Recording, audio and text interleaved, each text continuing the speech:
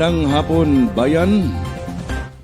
At muli, ito naman ang inyong lingkod na si Kuya Armand sa araw ng Lunes, pizza 7 ng February. At muli kasama ko ang ating ginagalang, respetadong Gobernador si Gob Higyawan. Dahil napakahalaga ang ating topic ngayon sa araw na ito, ay ito yung mga local code issue. At mamaya pag-usapan namin yung civil law, ang civil law at yung IPRA law. So napakahalaga yon nga nakaantabay kayo tuwing araw ng Lunes. Dahil ito po yung ating programa ay ito po yung informations, disseminations about IPRA law. Ito yung ating pag-usapan mamaya-maya lang. At bibigyan ko muna ng pagkakataon ng ating gobernador nga bumati muna sa ating mga listeners. Gob, magandang hapon sa iyo, Gob. Magandang hapon sa lahat nating listeners sa buong Pilipinas at sa ibang bansa din. Dahil ang pinag-usapan din po natin na batas, hindi lang sa Pilipinas, kundi po pang daigdigan po. Kasi itong batas nito, kinikilala ang batas ng inang kalikasan o inang bayan natin, ang IPRA po. Magandang hapon po sa lahat. Okay, at mayroon din po tayong mga kasamahan. Mamaya ay magbibigay din sila ng mga pananaw, mga bagay-bagay nga kailangan natin pag-uusapan dito. Kailangan natin ay mayroon tayong mga word of wisdom, word of encouragement, word of knowledge. Mamaya pagdating ng ating kaibigan na si Bro James, isa po siya ang kinikilala ding pastor sa ating kapanahunan. At mamaya pagdating niya, on the way na siya at bibigyan din natin pagkakataon na siya po ay magapagbati. So ito po ang ating topic ngayon. Gob, medyo balikan lang po natin to ang mga tanong ng ating mga kaibigan. Ano ba ang pagkakaiba ng civil law at saka IPRA law? Pwede mo ba muling ipaliwanag, Gob, sa kapakanan ng ating mga listeners? Ang civil law po, Kuya Arman, itong batas na nakasulat. Ang IPRA law po, kinikilala ang batas natin, ang ating mga ninuno, mga apo natin, ni Allah o ng Panginoong Diyos, na practice sa tribo since time immemorial. Iyan po ang batas ng ating katutubong paniwala o batas ng inang kalikasan. Hindi po nakasulat yan, pero sabi nga, ang di marunong tumingin sa pinanggalingan, hindi makarating sa paroroonan. Sinabi ni Rizal yan. Kasi customary law po yan.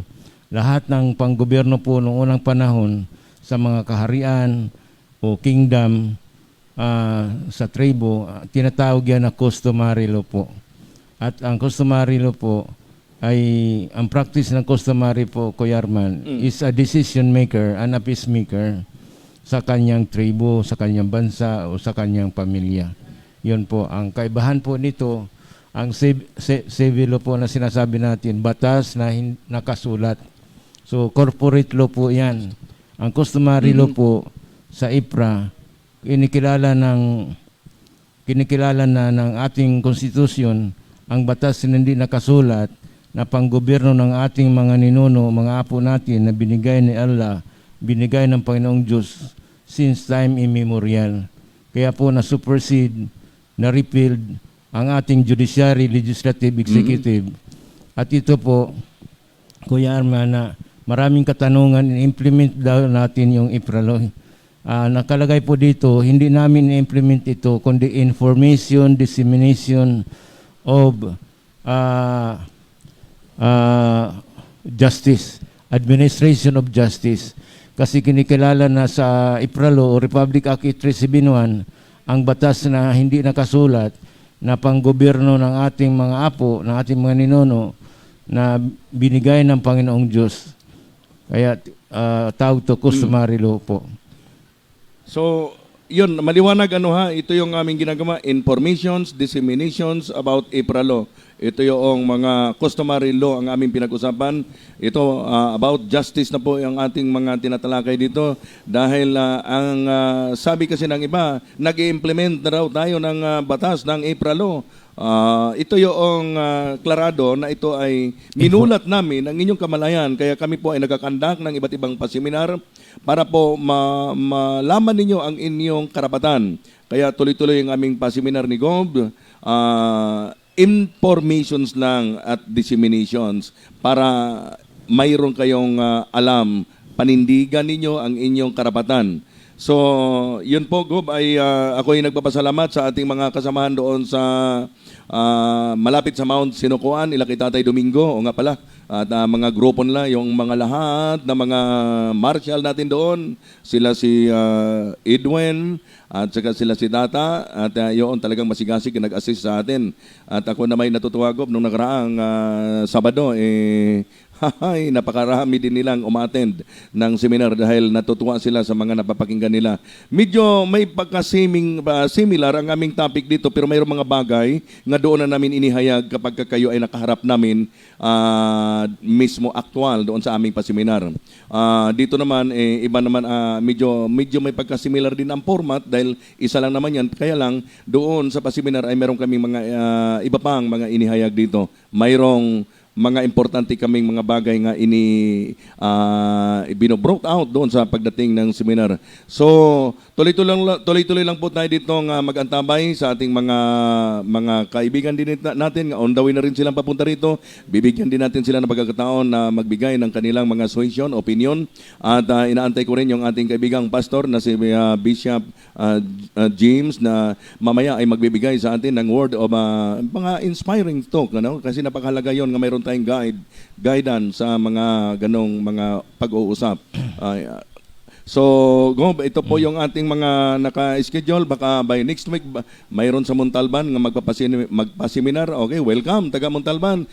Sa pangunguna ni Pastora Angel, salamat naman at talaga namang malugod ninyo kaming tinanggap sa inyong simbahan at ako'y natutuwa. Kahapon kami ni Gob, nag-usap kami na napagaganda ang pagtanggap ninyo at na pagtanggap at mayroon kaming mga kaibigan doon nga pastor at nagbigay ng kanya-kanyang opinion. Ako ay nagpapasalamat kami ni Gob nga kami po ay nabigyan ninyo ng pagkakataon ng makapagsalita sa inyo diyan sa lugar ng Muawa, Montalban. Dahil ang Montalban, ito po ay isang lugar nga talaga naman makasaysayang lugar yon ang Montalban. So Gob, at ito po yung mga karagdagan pang mga masabi natin sa ating mga listeners, Gob. Tama, Kuya Arman, kasi napaka-importante po ng seminar. Ito dito sa radio, TV, or online TV, iba talaga yung mag-seminar po kayo na makita tayo at saka magpa-picture tayo na talagang nag-attend ka kasi maraming mga dokumento natin na pinipiki. Yung pirma ko, kinaka-paste po. Hindi pwede po yan. Maliban sa mag-seminar kayo, magpa-picture tayo at may dokumento kayong tatanggapin. Maliban doon kasi itong Ipralo po, material spiritual po ito na maintindihan natin ang material natin, maintindihan din natin po yung spiritual natin, na makilala natin ang sarili natin, kay walang ibang makabigay ng hustisya ng sarili natin, sarili din natin. Na pagka nakilala natin sarili natin, makilala na totoong Panginoon natin dahil iyan na magbigay ng hustisya sa atin. Kaya mo mga kapatid, mga magulang, Yes. sa lahat ng government agencies, sa lahat ng mga NGOs, POs, or religious group, even foreign embassies po, mag-undergo po kayo ng seminar po. Dahil doon sa seminar, doon nyo maramdaman kung ano talaga ang Ipralo. Sasabi ko nga, Ipralo will give justice to humanity, especially sa bansa natin ngayon. Grabe ang mga injustices po. Grabe ang mga injustices. Pero kung magkaroon ka na ng hustisya sa sarili mo, makilala mo sarili mo, makilala mo ang totoo mong Allah, makilala mo ang totoo mong Panginoong Diyos. Kasi ang totoong Allah, totoong Panginoong Diyos, pagka binigyan natin ng hustisya, lahat ng kailangan natin ibibigay na. Kaya itong mga kayamanan po, hindi mabigay-bigay. Hindi dumating sa atin dahil irresponsible po tayo. Hindi natin kilala ang sarili natin. Kunting halaga lang, nag-aaway na tayo. Kunting lupa lang, nag-aaway na tayo. Ating ginagawa natin, binibinta natin ang ancestral land. Hindi po pwede yan. Dahil ang ancestral land, as per presidential decree ni President Marcos 1974, hindi pwede ibinta. Ang nagbinta at nagbili, pariho kayo may criminal liability. Lalo na ni Tibo, magbinta ka. Magkaroon ka ng criminal liability po. Tapos matunglo, masumpa ang pamilya mo. sabihin natin na mahirap tayo na nitibo, lalo ka maghihirap kasi nagbibinta ka ng ancestralan. Sa batas pa lang sa gobyerno, bawal na magbinta. Ang magbinta at nagbili, pareho may criminal liability. Kaya pinapaliwanag ko ito kasi lalo tayo naghihirap kasi marami tayong lapses sa IPRA. Kaya kailangan po mga kapatid natin, Pilipino, all of us has the right to invoke IPRA law. Christian ka, Muslim ka, nitibo ka, all of us Filipinos has the right to invoke IPRA. Hindi lang sa tribo. Kahit tribo ka, kung pasaway ka, puro illegal ang gawa mo, hindi pwede yan. Dapat tayong katutubo po, tayong tribo o tayong Muslim, tayo ang example sa hustisya. Tayo ang example sa kapayapaan. Paano natin tulungan ang ating magulang? Paano natin tulungan ang ating gobyerno? Hindi yung kalabanin natin ating magulang. Hindi yung kalabanin natin ating gobyerno. Dahil lahat ng presidente, simula kay President Marcos hanggang ngayon, puro reklamo tayo sa presidente natin. Bakit po? Dahil hindi natin kilala ang sarili natin. Puro reklamo tayo. Kaya para lahat ng presidente, reklamo natin. Pero ngayon sa batas po, sa IPRA law, sa custom and tradition, we are the example of justice. We are the example of kapayapaan po. Para maging example din tayo sa kayamanan ng bansa natin, the richest country, the whole world, ang Pilipinas, and the blessed country, nandito na lahat sa atin. Tama. Nandito si Allah, nandito ang Panginoong Diyos natin. Ang Amang lumikha sa atin, nandito. Wala tayong problema. Ang problema lang, hindi natin kilala ang sarili natin. Kaya sabi ko kahapon ko, Yarman, sabi ni Lord Jesus, gigibain ko itong templo nito, hindi mo pala templo. Kundi ang katawan niya mamatay, 3 araw mabubuhay muli. Tapos, sabi niya, kung anong nagawa ko sa daigdig nito, higit pang magagawa ninyo. Di ba? Bakit tayong mga Kristiyanos, kunting problema lang, umiiyak na tayo? Nasabi ni Lord Jesus, kung anong nagawa ko sa daigdig nito, higit pang magagawa ninyo. Kaya sa lahat ng mga pastor, mastura, mga evangelist, sa lahat ng relihiyon, nakikiusap ako sa inyo, i-practice natin ang custom and tradition na magkaroon tayo ng divine intervention para ma-attain natin ang hustisya, sarili muna natin, baguhin natin. Sa klase-klaseng problema ng bansa natin, problema ng buong daigdig, ang makapagbago lang ng bansa natin, makapagbago lang ng gobyerno natin, sarili natin. Kung may responsable na Pilipino, may responsable din na presidente o gobyerno. Irresponsable po tayo, puro tayo reklamo. Ni bayad ng buhis, ayaw na magbayad ng buhis. Dahil daw COVID, ganon-ganon. Wala ka, kung magbayad ka ng buhis, bayad ka kasi kailangan ng gobyerno ng pera. Huwag na tayo magreklamo. Ngayon, kung magreklamo kayo, magpresidente din kayo. Para puro reklamo na lang natin ng presidente. Kaya tayong mga katutubo, tribo, lalo sa mga kapatid natin mga Muslim, tayo ang instrumento ng kapayapaan. Dahil dumating dito ang mga Islamic countries para sa kapayapaan, hindi pang gugulo sa bansa natin. Kaya maraming darating ngayon ng mga Islamic countries pupunta sa Pilipinas para tumulong, hindi para manggulo. Ang daming mga investors sana na Islamic countries, pero takot pumunta dito. Yes. Dahil requirement pa lang ng government, maubos ang pira nila. Katakot-takot na requirement. Maliban dito sa mga vaccine ito, mayroon pang mga swab-test, mayroon pang antigen, kung ano-ano pa. Pabalik-balik naman po yan. Pero dito sa IPRA, sabi ko nga sa IPRA law, exempted tayo yan because we practice the custom and traditions. At na-supersede ng IPRA law ang judiciary, legislative, executive. Kaya we are issuing the Tribal Commissioning Certificate. Hindi po ito ID. Tribal Commissioning Certificate. You commission yourself for justice na marunong ka dumipinsa ng sarili mo. Hindi makakita ka lang ng military, namumutla ka na, natatakot ka na. Nakikita ka lang pulis, namumutla ka, natatakot ka na. Nakikita ka lang ng mga government official, lalo na matataas ang tungkulin na namutla ka. They are all servant by the people. Government agency is the servant of the people. We are the supreme when it comes to IPRALO. Kasi na-supersede niya, judiciary, legislative, executive.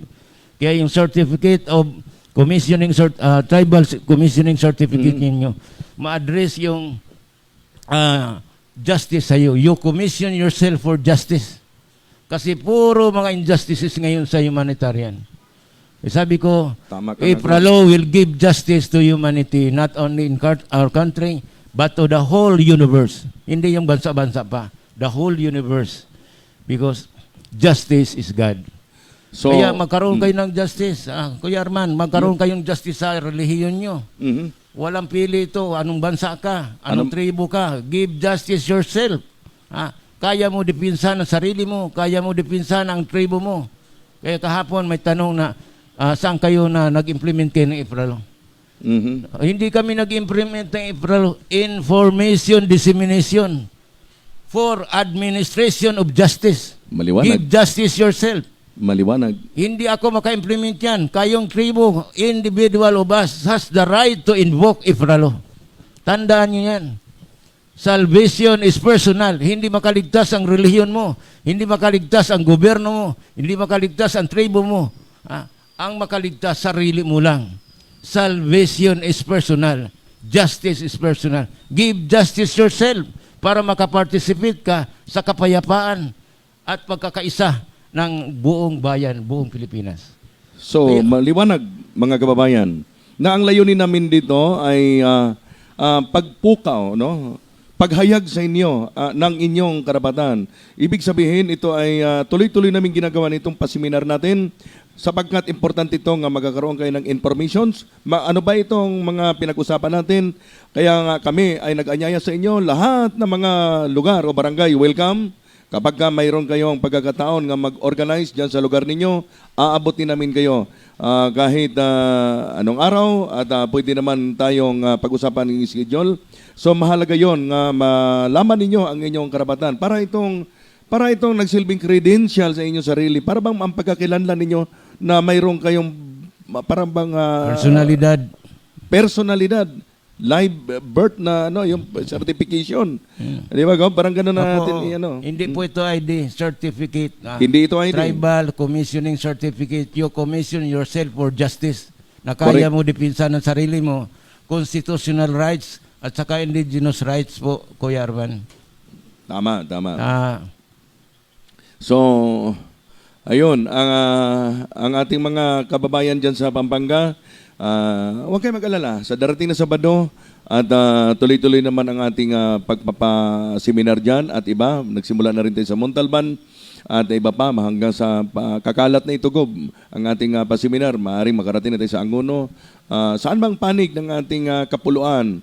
Sapagkat ito ay importante at mahalaga ito nga magampanan namin, personal namin kayong magkakausap at makita, hindi kagaya dito sa live natin, malayo kayo sa amin.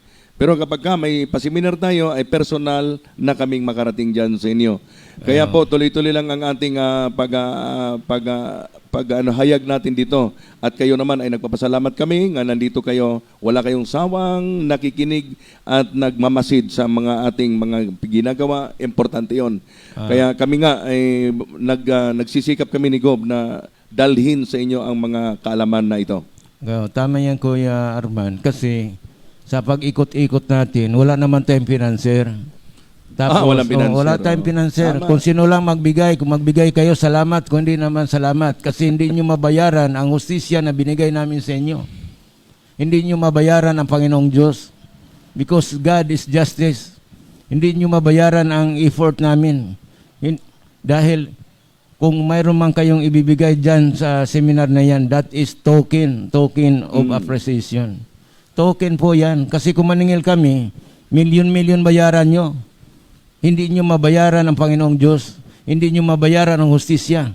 But give justice yourself. Hindi ako makapunta kasi walang pera. Pero kung magkasakit ka, pupunta ka man ng ospital. Di ba? Kung mamatay ka, punta kang simenteryo. Bakit may panggasto ka sa patay? Bakit may gasto ka sa ospital? Bakit may panggasto ka sa kulungan? Di ba? Pero ito, justice ito.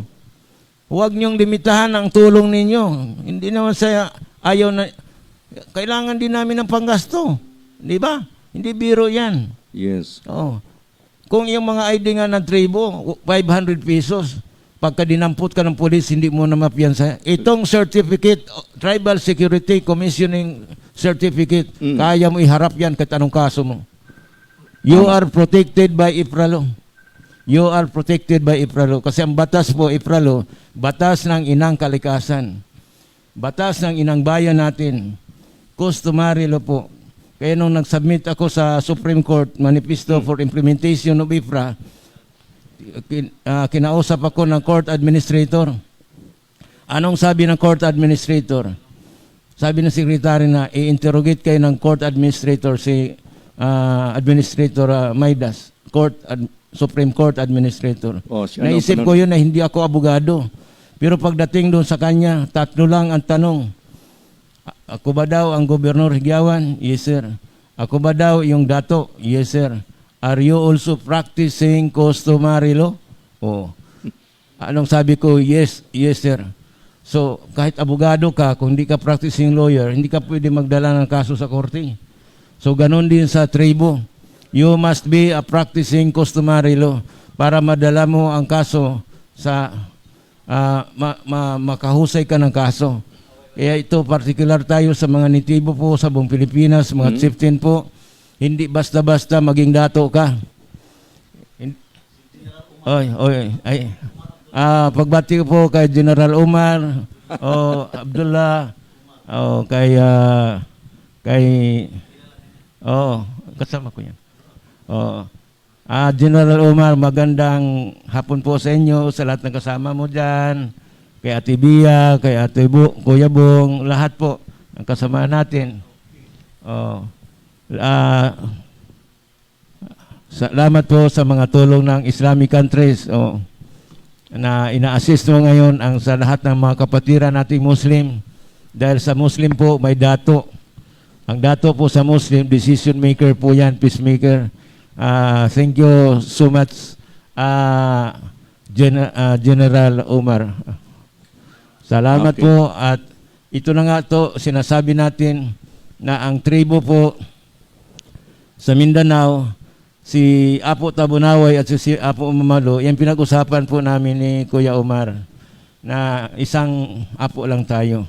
Na babalik tayo sa custom and tradition dahil may mga dokumento tayo na magpatunay na ang custom and tradition, yun ang gamit ng mga hari noong panahon, mga makapangyarihan, custom and tradition na batas na hindi nakasulat, pero makapangyarihan po yan. At ngayon, yan ang inaano natin na sabi nga ni Maidas, Court Administrator, Supreme Court Administrator na, are you practicing customary law? Yes, sir.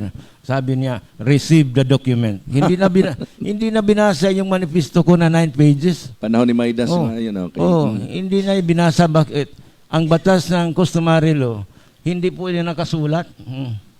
Pero you must be practicing customary law when it comes to decisions sa ancestral land. Kaya marami po ngayong mga dato nagpipirma ng free, prior, informed consent sa lahat ng government agencies. Walang dato o chieftain na pipirma na free, prior, informed consent na wala kang nahusay na kaso sa iyong domain.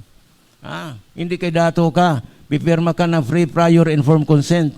Free, prior, informed consent, dato ka na decision maker ka sa lugar mo. Hindi yung mag-decision ka sa ibang tao, sa ibang tribo. Kaya sa mga government agencies, pakiusap lang, magkaroon ng proper representation when it comes to judiciary sa tribe. Hindi kung sino-sinong nitibo na lang na kausapin nyo. Lalo na kayong taga-NCIP. Makipausap kayo doon sa mga dato o chieftain na makadesisyon sa kanyang tribo, kanyang lugar. Kaya may mga decision maker yan sila. Decision maker, service to indigenous people, you must be gifted by God. Hindi yung basta dato ka na lang na kahit lasinggo, anuhan pa rin ng gobyerno. Pasaway na, nagbibinta pa ng ancestralan, inaanon pa rin ng gobyerno.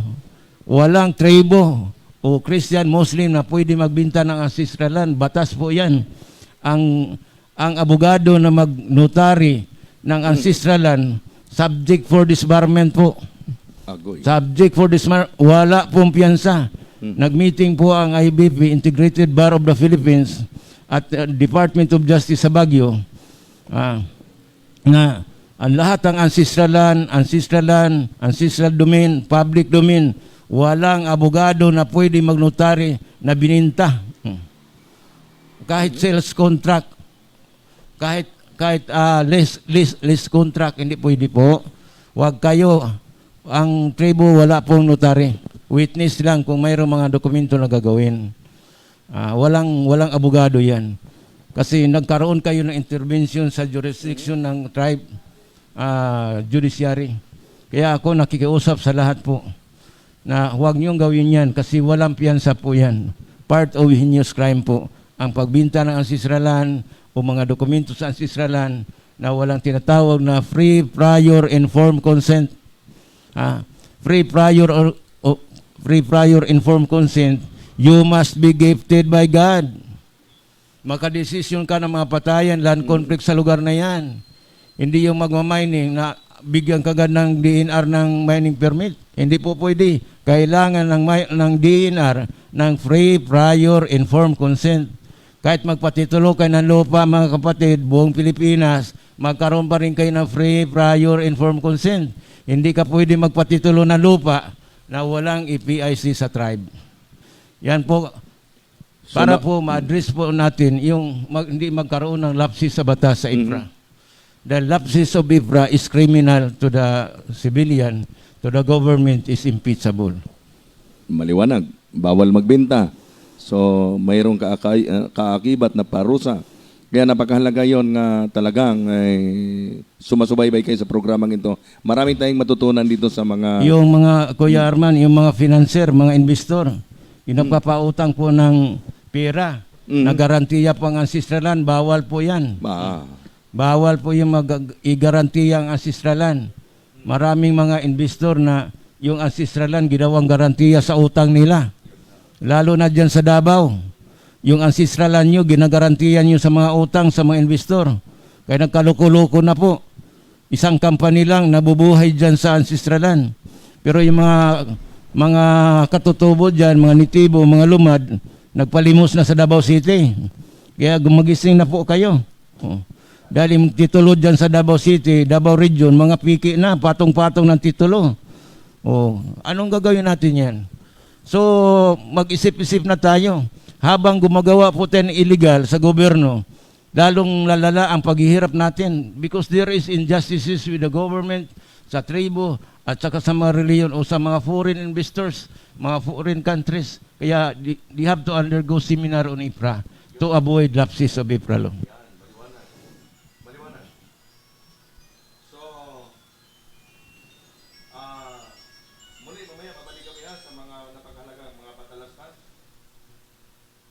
Yes, yeah. Okay, babalik kami mamaya dahil mayroon lang tayong mga patalastas. Thank you.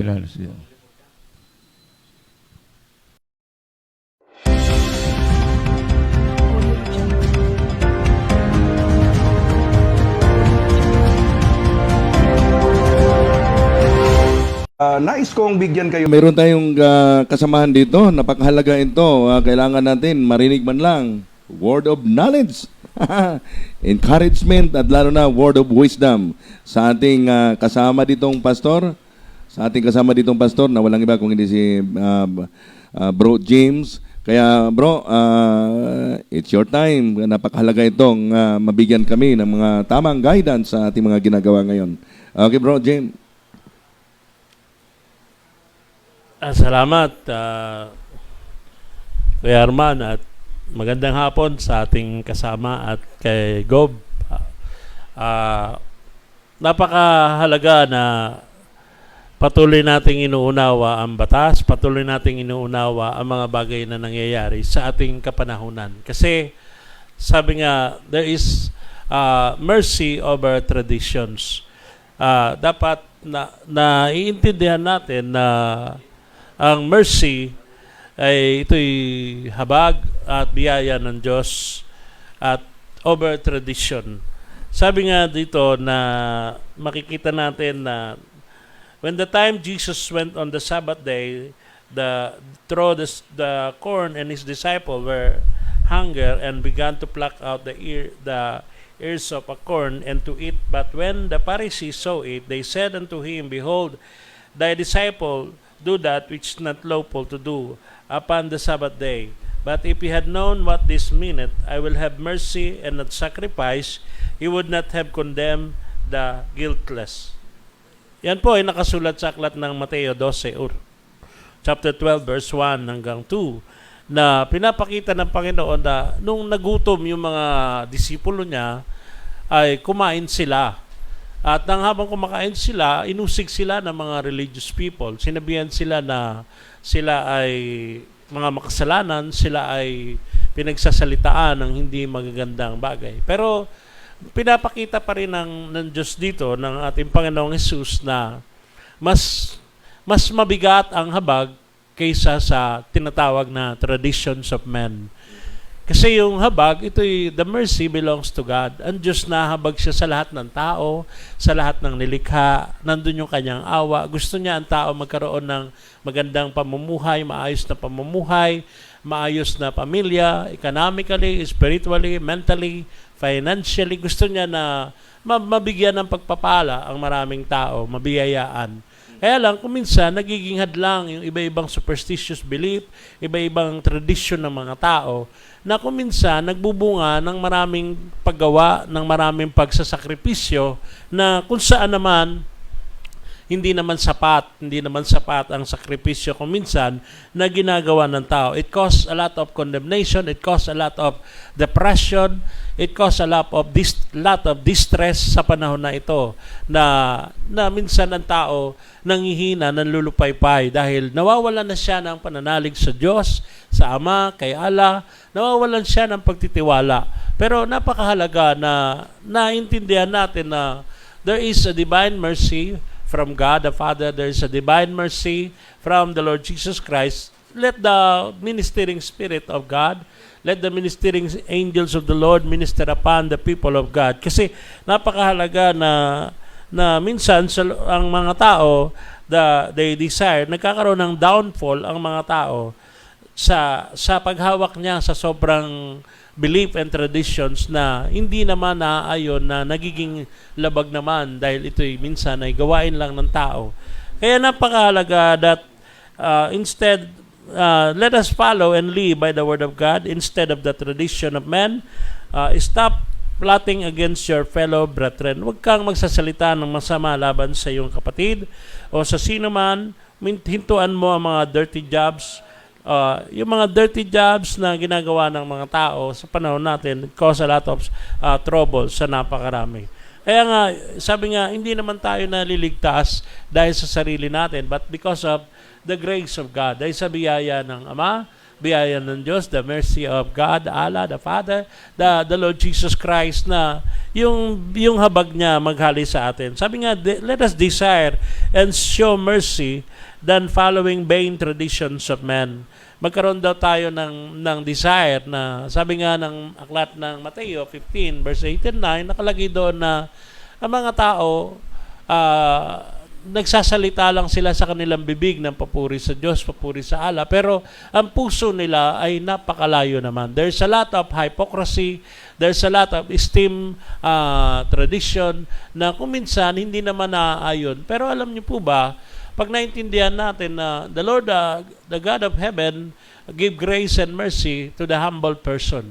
Ang Diyos nagbibigay ng biyaya, nagbibigay ng pagpapala to those who humble themselves before God, na nagpakumbaba siya at kinikilala niya ang Panginoon sa kanyang buhay. Sabi nga ng 1 Peter 5:7, humble yourself before the sight of the Lord, and in due time, you will be lifted up, or meaning you will be blessed, you will be appointed, you will be released from any slavery, from sin, from sickness, from diseases, but the mercies of God overflow upon your heart. Sa puso mo, magkaroon ka ng paniniwala, ng panatag na kalooban, at lubos kang magtiwala sa Diyos na kumikilos at nagpapala sa ating buhay. Kaya yun lamang po, magandang hapon po sa lahat ng ating tagapakinig at nanonood dito po sa ating CCN News Filipino channel.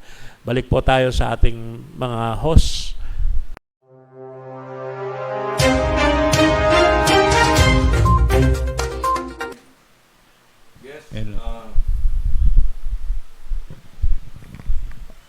Salamat kapatid na James sa mga ano natin, word of knowledge, word of encouragement. So mahalaga 'yon nga napakinggan namin at naihatid natin sa ating mga listeners. Napakahalaga 'yon nga huwag tayong panghinaan ng loob. Huwag tayong panghinaan. Tuloy pa rin ang laban. Ang buhay sa mundo ay isang paglalakbay po ito, mga kapatid, mga kaibigan. Life is a journey with God. Napakahalaga po natin yan. Kailangan lang natin, alalahanin natin ang mga nakalipas na mga panahon.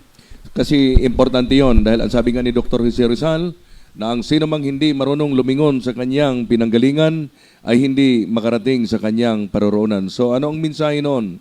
Nagiging tanyag na bayani si Dr. Jose Rizal, mayroon siyang ginagampanan sa panahon na yon.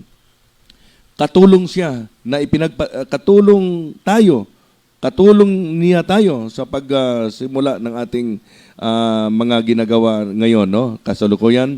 At sa pagkatapos ng kanyang kapanahonan, panahon naman ni Apo Marcos, at hanggang ngayon kasalukuyan ay kailangan ma-implement natin ang iniwan na mga testamento ni Apo ni Marcos. Kaya napakahalaga yon na ito po yung sa aming ginagawa ngayon ni Gob ay pagmulat ito sa inyong karapatan. Kaya tuloy-tuloy ito yung seminar namin. Maari siguro Gob, baka abot tayo ng Luzon, Visayas, Mindanao dahil marami na akong natanggap na mga tawag na posible magpapaseminar din sila sa bawat lugar. Basta kaya pa namin, tuloy pa rin kami naghahayag sa inyo. Importante itong informations, disseminations about customary law o APRA law. Gob? Importante talaga, Kuya Arman, kasi ang pinag-usapan po natin dito, Republic Act 7160 sa LGU, the local code po, at saka Republic Act 8371. Dapat po niyan may harmonization po sa barangay, municipal, at saka provincial governor's office. Na itong information dissemination natin sa IPRALO at saka sa Republic Act 7160 sa LGU, napaka-importante po sa lahat nating mga kababayan, hindi lang na katutubo o tribo, kundi sa lahat ng Christian, Muslim na katira sa Ancestral Land. Dahil particular po tayo sa mga injustices sa Ancestral Land. Dahil may mga batas po tayo na lapses o na kalapas na tayo sa mga batas na ating katutubo, lalo na sa mga ancestral land, ancestral domain or public domain.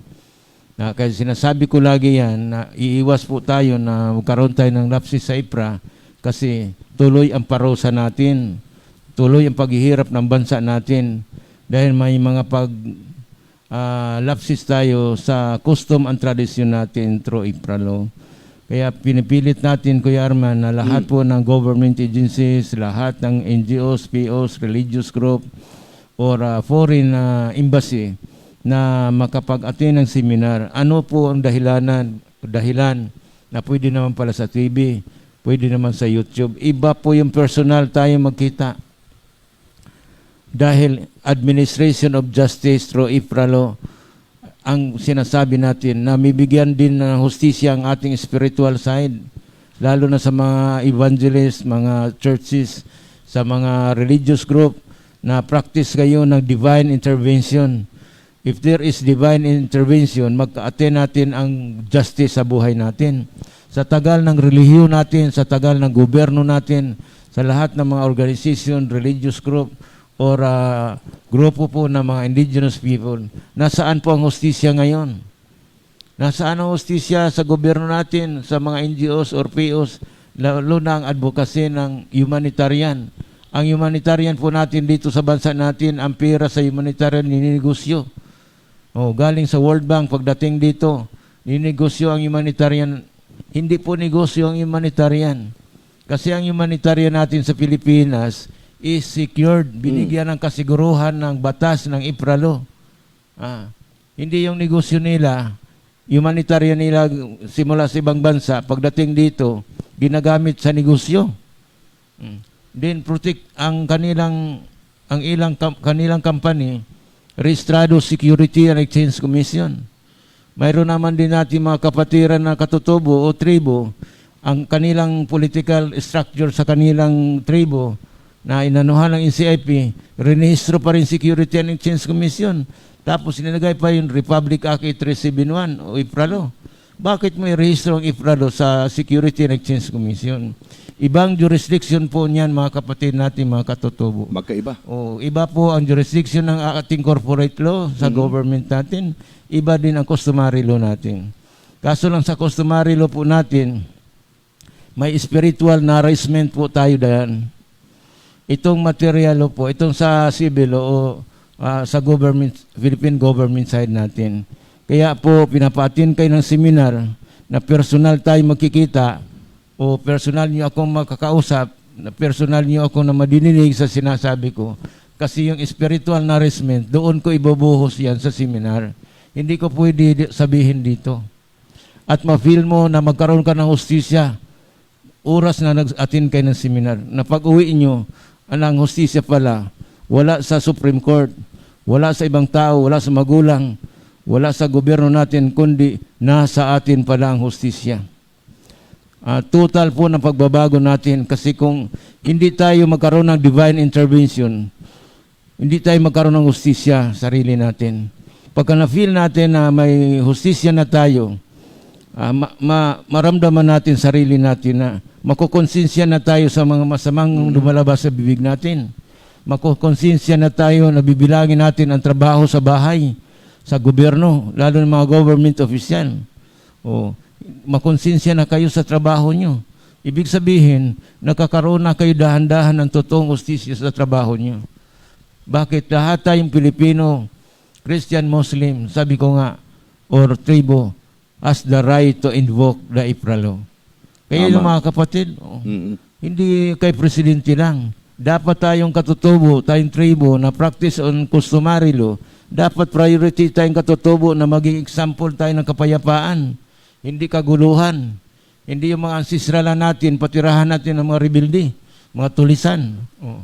Ang ancestralan, kaya nagkaroon ng presidential decree si President Marcos diyan sa ancestralan kasi ang ancestralan, tirahan niya ng mga pinili ng Panginoong Diyos.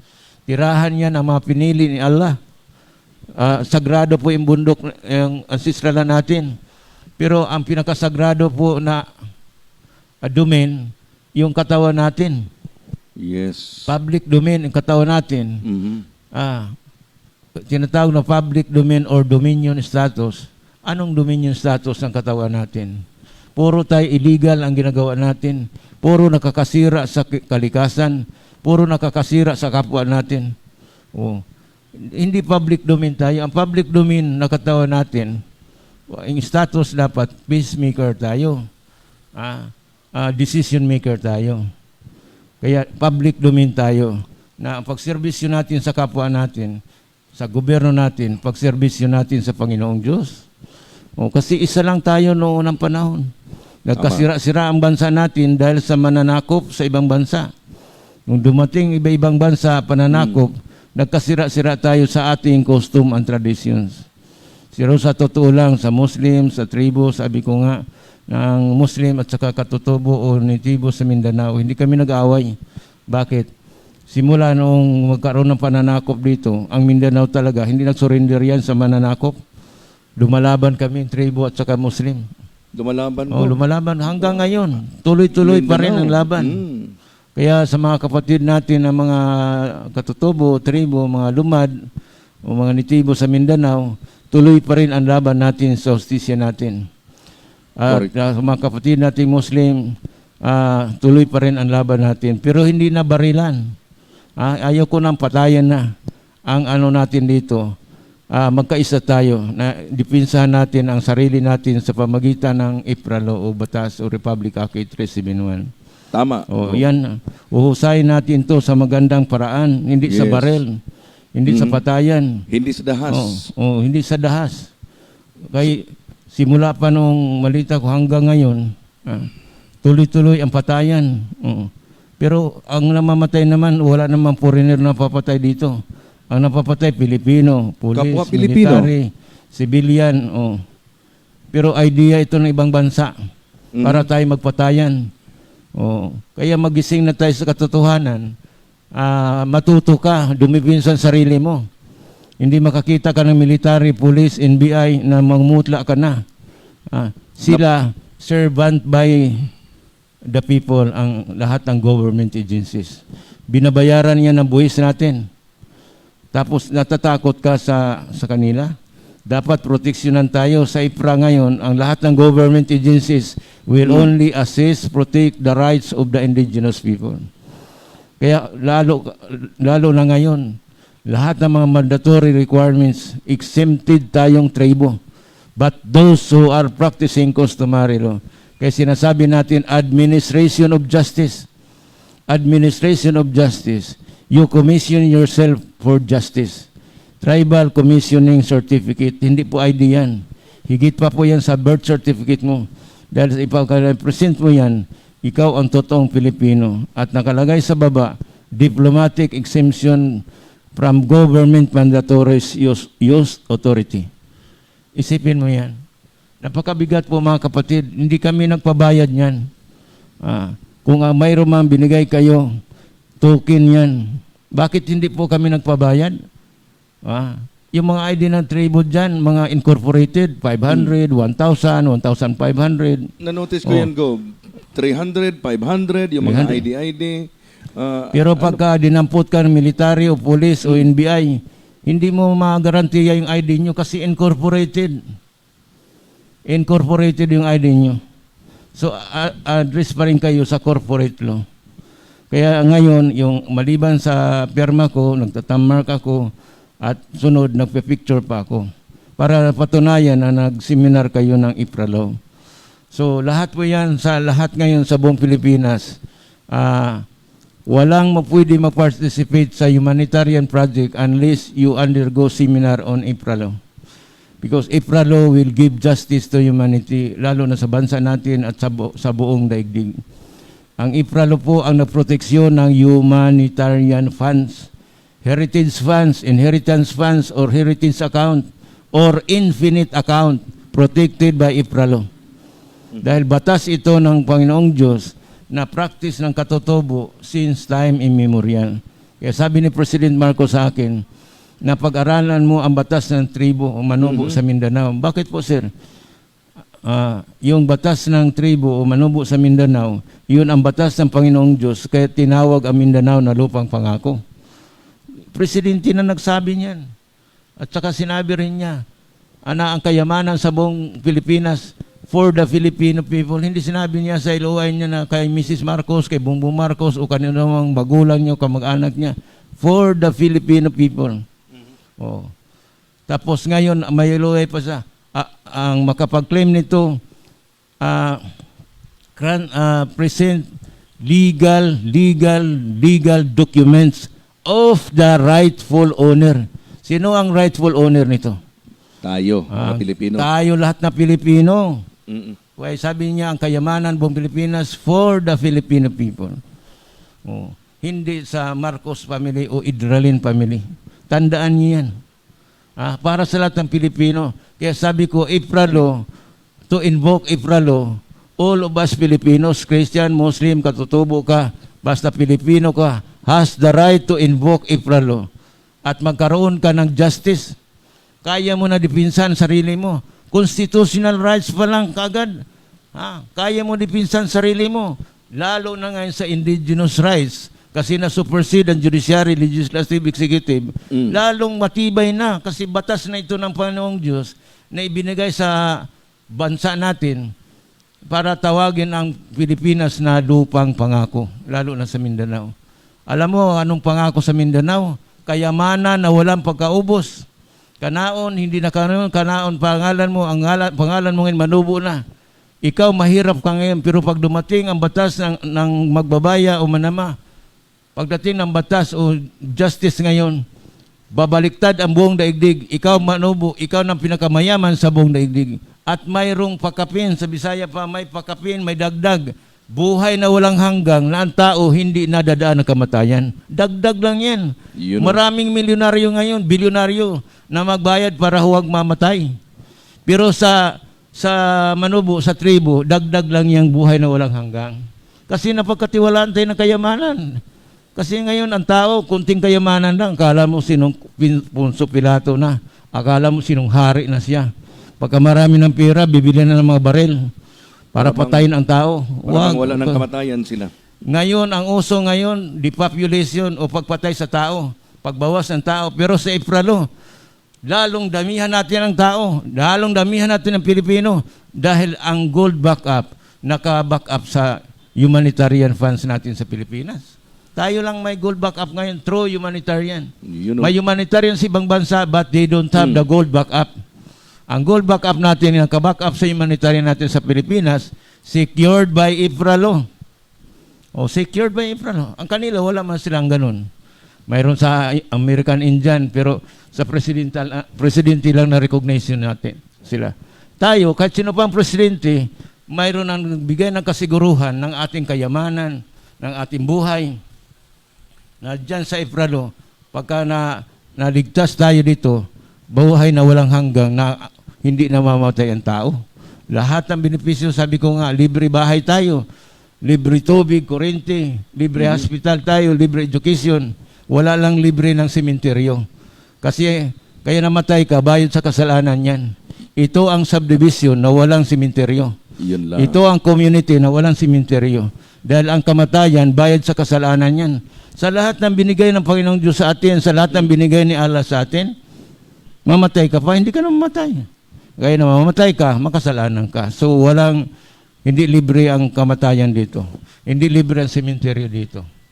Kaya ito mga kapatid, iyan ang tulong ni Allah sa atin, iyan ang tulong ng Panginoong Diyos sa atin, na magkaroon tayo ng divine intervention para magkaroon tayo ng kapayapaan sa isip natin, damdamin natin, then justice shall prevail on us.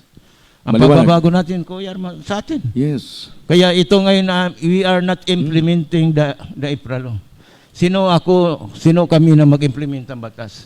Ang mag-implement po ito, bawat Pilipino, Christian, Muslim, has the right to invoke Ipralo. Because salvation is personal. Hindi tayo maligtas ng ating asosasyon, ng bansa natin. Hindi tayo maligtas ng magulang natin, kapatid natin. Salvation, ang kaligtasan po ay personal. Pagka naligtas ka, itong panahon ngayon, kahit yung magulang mo, kapatid mo, o kamag-anak mo na hindi naniwala dito, maliligtas mo. Bakit? Anong sabi ni Lord Jesus? Kung anong nagawa ko sa daigdig nito, higit pa magagawa nyo. Dinipahan ni Lord Jesus ang buong daigdig. Para sa buhay muli na walang hanggang. Kaya pag rapture niya, dala tayo niya. Pero anong ginawa natin? Kinukrucify pa rin natin ang sarili natin sa mga problema, sa sakit, kung ano-ano. We are still crucifying ourselves. Kaya na-stress daw tayo. Kaya na-stress tayo kasi we are crucifying ourselves. Hindi tayo kontento kung anong nandyan. Yung hindi rin sa atin, huwag tayo Kaya kagabi, ang pinag-usapan namin, jurisdiction. Kung may jurisdiction ka, kung jurisdiction mo yan, tagumpay ka. Hindi mo jurisdiction, huwag ka makialam. Di ba? Kasi magkaroon ka ng lapsi sa batas, lalo na sa Ipralo. Kahit sa constitutional rights, hindi sa'yo, huwag ka makialam. Hindi mo problema, huwag ka makialam. Sa Bisaya. Sa Bisaya pa, dili ni mo tuga, di ka patuga-tuga. Yun lang. Kaya nagugulo tayo kasi bisag dili niya tuga, magpatuga-tuga kita. Kontento ka. We are all gifted by Allah. We are all gifted by God. May kanya-kanya tayong trabaho. Hindi binigay ng Panginoong Diyos ang jurisdiction sa isang tao. Binigay yan sa lahat ng tao, sa lahat ng may buhay. Kasi kailangan nyo ako, kailangan ko kayo. Yan ang aton pinag-usapan natin, na magkaroon ng hustisya ang bawat isa sa atin. Kasi nakagulo po dito, kahit hindi niya trabahuin niya. Kasi may barel siya, may pira siya, sikat siya. Kahit sikat ka pa, kahit marami ka pang baril, marami kang pera, huwag kang makialam kung hindi mo jurisdiction.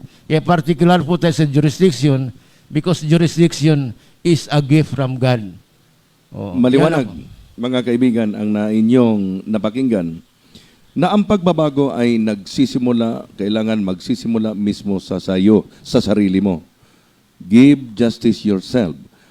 Napakahalaga yon nga maintindihan natin para po tayo po ay mabuo, no? Mahugpong po tayo sa isang layunin. Napakahalaga yon nga maiintindihan ninyo na ang hustisya ay kailangan iiral sa ating sarili at ang pagbabago mismo ay magsisimula sa iyo, sa sarili natin. Kaya nga sabi nga ni Marcos sa kanyang, mayroon ako nabasa, ano ba ang tama at anong ibig sabihin ng new society for the new generation? So, ang sabi nila,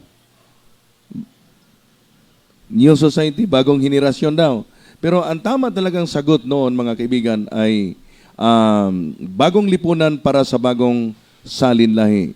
Ito po yung aming sinisikap ngayon para po mamula tayo sa ating kamalayan na mayroon tayong direksyon ng ating patutunguhan. Ang bayang ito muling magbibihis. Marami ang kasaysayan sa ating inang bayan.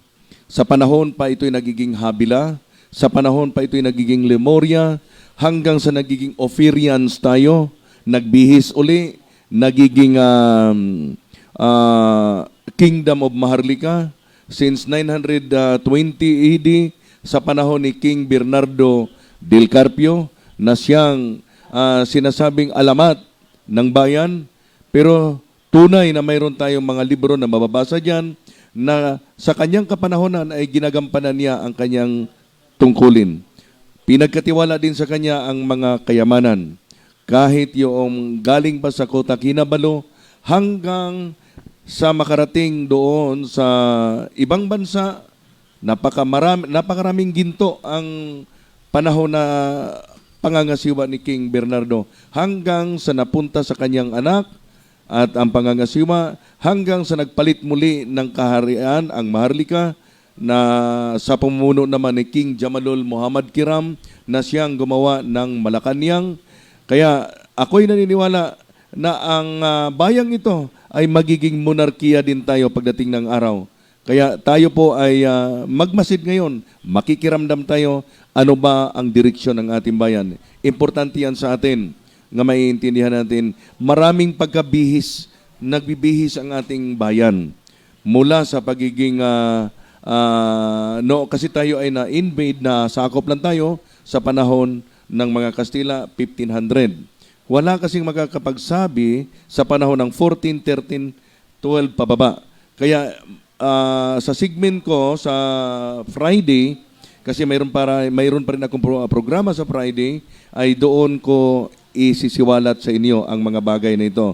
At mayroon din tayong porsyon sa kalusugan, dahil ako'y naniniwala na wala naman talagang totoong kayamanan sa mundong ito kung hindi ang ating kalusugan. Health is wealth. Kaya mayroon tayong segment doon, binahati-hati ko lang yung oras para po mabigyan natin ng daan ang iba pang mga dapat maiintindihan ng ating mga taong bayan.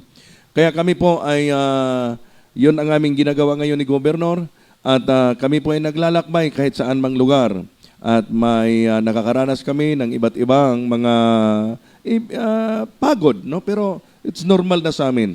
O nga pala, batiin natin tong mga yung ating mga nagpapa shout out. Si Dailin Franco, magandang hapon ko, Kuya Arman. Good job. Si Arman. Napakagandang. Sige ko. Si Snelda.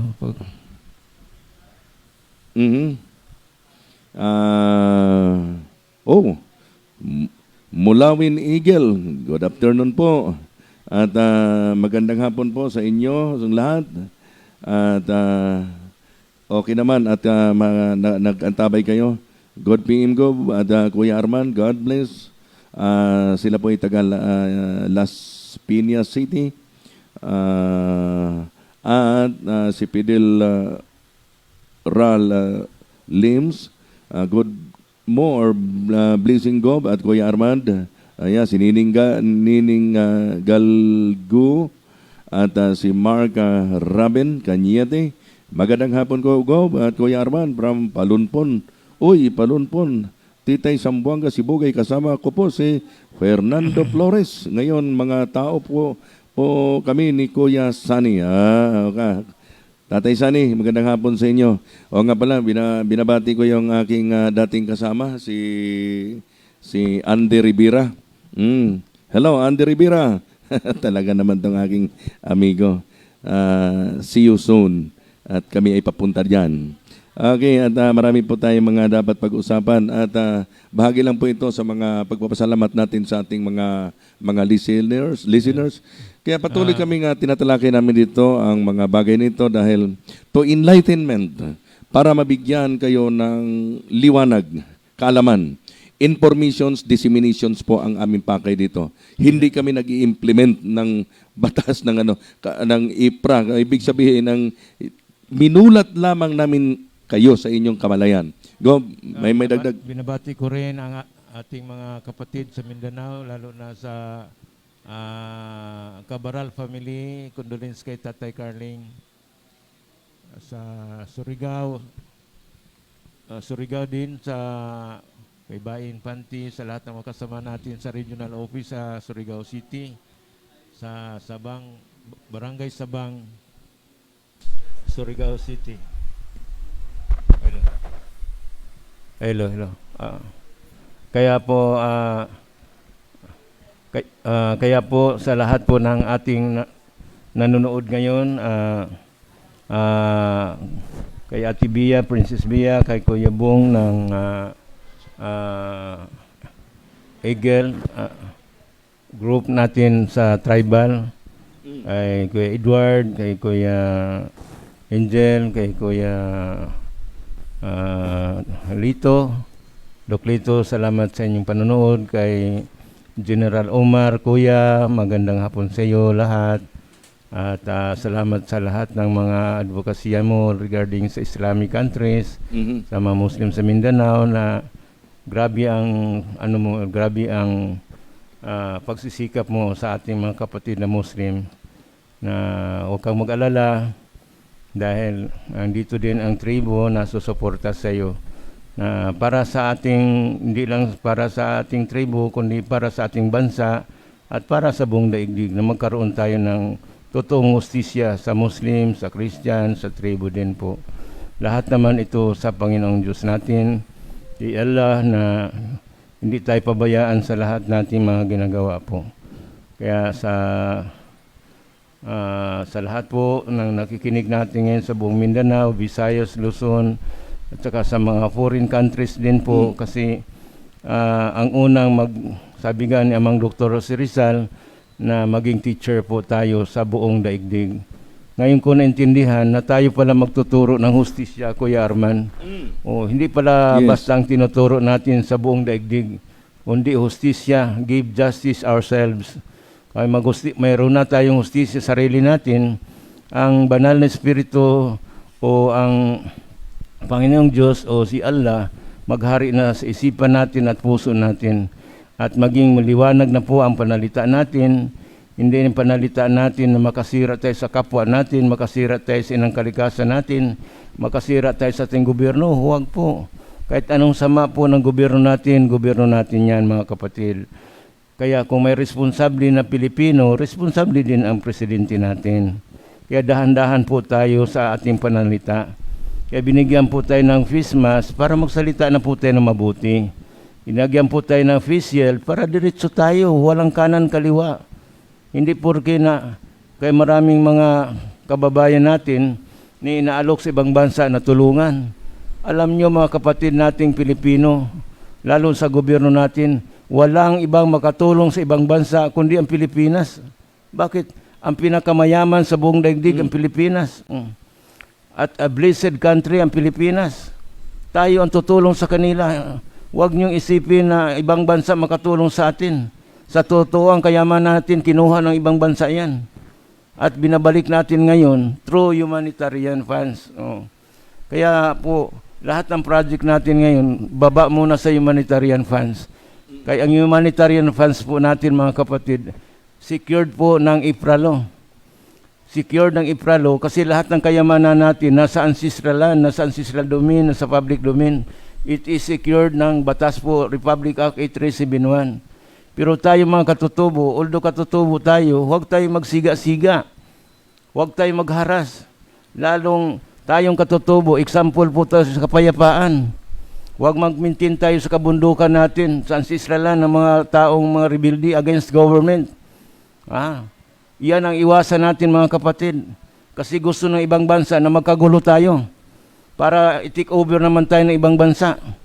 O kahit anong hirap ngayon mga kapatid, kapit kamay tayo para paano natin tulungan sarili natin, paano natin tulungan ang tribo natin, Ating paano bansa. natin tulungan ang gobyerno natin. Yan ang isipin natin. Huwag yung bibilangin natin ang tulong natin sa gobyerno. Kasi kung may responsable na Pilipino, may responsable din na presidente, may responsable din ng government. Kaya sa lahat ng mga seminars namin, in-inform namin ang barangay, municipal, at saka provincial na magkaroon ng seminar ng IPRALO para maintindihan talaga natin, hindi sabihin na wala yung IPRA. Isipin ng IPRALO na supersede niya, na repealed ang ating judiciary, legislative, executive, hindi matanggap ng iba yan. Pero kung matanggap natin yan, magkaroon tayo ng hustisya. Mawala ng sumpa ng kahirapan natin. Wala namang sumpa ng ating kasalanan. Sumpa po ito. Kasi labag na tayo sa batas ng inang kalikasan. Labag na tayo sa batas ng Allah. Labag na tayo sa batas ng Panginoong Diyos natin. Kaya puro hirap problema ang abutin natin. Kaya ang pakiusap ko sa lahat po ng mamamayan natin Pilipino. To invoke IPRA law is not limited to the tribe, but all of us Filipinos has the right to invoke IPRA law because IPRA law will give justice to humanity, not only in our country, but to the whole universe, mga kapatid. Isipin mo yan. Hindi na bansa-bansa pa, hindi tribu-tribu pa. Buong universe ang sa Buong IPRA law. mundo. Ngayon nangyari sa atin, paano patayin ang tao, lukuhin ang tao, paano lasunin ang tao, kasi depopulation na. Pero sa IPRA law, lalong damihan natin ang tao kasi ang buhay ng tao, Mahalaga. ginto sa kaharian ng Panginoong Diyos, ginto sa kaharian ng Allah. Yan ang ano natin. Yung ngayon patay na mo, kahit anong uri ng kasalanan ng tao, ginto sa kaharian ng Diyos. Sabi ng matanda namin, swerte kayo pagka dumating ng hustisya sa daigdig nito. Magkaroon na kayo ng buhay na walang hanggang at kayamanan na walang pagkaubos. Bakit? May justice na tayo. Justice is God for us now. Kahit ano pang relihiyon mo, justice is God. Pagka may justisya ka na, mapayapa ng isip mo, mapayapa ng damdamin mo. At pasaya ka na, masarap na matulog. Hindi natutulog ka, na-stress ka sa mga utang mo, mga problema mo. Na-stress ka sa kapwa mo na hindi mo problema. Yung ano lang sa iyo, yun lang sa iyo. Hindi mo tuga, ay patuga-tuga. Di ba? Magpayapang isip mo. Bahala ang Panginoong Diyos. Bahala si Allah. Bahala si Divine Master. The Holy Divine Master is justice. Talaga. Hindi yung mga master-master natin na mastermind. Glory be to God. The Holy Divine Master is justice. The Holy Divine Allah is justice. The Holy God the Father is justice. Hindi yung master-master nyo na mastermind. Huwag ganyan. Maestro-maestro ninyo. Pero walang justisya sa inyo. Kaya I challenge all the pastors, reverend, mga evangelists. Salamat din pala kay Pastora Angel kahapon. Naintindihan niya. At sabi ko dito sa atin, walang politika, walang ano dyan. O religion, wala yan. But justice is God. Kahit kung dyan ka sa Muslim talaga magkaroon ng hustisya, dyan ka. Kung sa Katoliko ka magkaroon ng hustisya, dyan ka. Kung Iglesia ni Cristo ka, dyan ka. Kung Buddhist ka, magkaroon ka ng hustisya, dyan ka. Because only one God. Importante, maging responsable tayo. Tama. Kung anong kaya lang natin hanggang doon tayo, hindi natin kaya, huwag. Kasi mayroong magtatrabaho niyan. Kaya ngayon, magulo ang buong daigdig. Kasi kung hindi po magulo ang daigdig, Kuya Mads o Kuya Arman, walang tayong trabaho ngayon. Kasi bumaba si Christ, saka makasalanan. Ay, ang daigdig ngayon, makasalanan na. So, panahon na pala ni Kristo. Di ba? Kasi kung hindi mabumaba ang Panginoong Diyos dito, kung di sa mababait, sa makasalanan pala. Kaya yung kaso ni Gobernador Caga, sabi sa akin nung dinabanan ko yan sa Davao del Sur, bakit mo lalabanan yan sa Gobernador Cagas? Mastermind yan sa murder. Yung mga yung mga mediaman sa radio station, binabaril niyan. Masamang tama, matay niya sa kulungan, sabi sa akin. Ngayon, naisip ko ngayon sa justice, kaya pala bumaba si Lord Jesus dito sa daigdig nito, para sa makasalanan. Oo. Pero kahit ganyan si Governor Cagas, dahil patay na siya ngayon, nakalabas sa kulungan, ngayon ko naisip na bumaba pala si Lord Jesus dahil sa makasalanan. Tingnan mo, ang kaso na napalabas sumulat ako sa Supreme Court ng 72 hours dismissal sa kaso ni Governor Cagas for non-jurisdiction because Davao del Sur is ancestral land. Ang tribo lang pwede mag-intervene. Ang tribo lang pwede makapag-bill sa kanya kasi non-billable ang kaso niya. Droga at saka murder, masterminds murder. Pero ngayon ko nalaman na mahal din pala siya ng Panginoon kasi bumaba pala si Christ dahil sa makasalanan. Alam mo, dahil dyan mga kapatid, mga magulang, buong Mindanao, buong Pilipinas, dahil kay Governor Cagas, sabi nila nalugi ako. Hindi ako nalugi dahil kay Governor Cagas, nagkaroon tayo sa April 2016 jurisprudence sa Supreme Court. Hindi yan mabayaran ng pera mga kapatid. Sabi sa TV radio noon, mamatay na yan sa kulungan si Governor Cagas. Pero dahil sa April nakalabas siya. At nagkaroon tayo, Kuya Arman, sa Supreme Court ng jurisprudence. Na sabi, hindi babayaran yan. Wala akong kinita sa kanya. Pero yung jurisprudence ko sa Supreme Court through IPRA, hindi mabayaran ng pera yan. Oh. Kaya lahat ng kaso ngayon sa Supreme Court, dismiss ko in 72 hours for non-jurisdiction as per IPRA. Sino ako makadismiss kung walang divine intervention sa batas? Kaya yun paliwanag ko sa inyo kasi mabibigat na nakaso ang hinaharap ko. No, kahit dito rin sa Kapa Ministry. Sa Kapa Ministry, ano sabi ni Presidente Duterte? Ang tutulong kay Joel Apolinario sa Kapa Ministry International, ipakulong ko, ipapatay ko, 72 hours, dinismiss ko ang kaso sa Kapa Ministry. Pinapatay ba ako ni Presidente? Pala, hinanap lang ni Presidente kung sino yung totoong nitibo na makapaglaban sa kanyang tribo. Kasi abogado yan, fiscal yan. Nung nakita niya, nagsasalita pa ako sa Davao. The government is purely administrative when it comes to ancestral land, ancestral domain, or public domain. The government or branches of government will only assist, protect the rights of the indigenous people. Pinatay ba? Wala.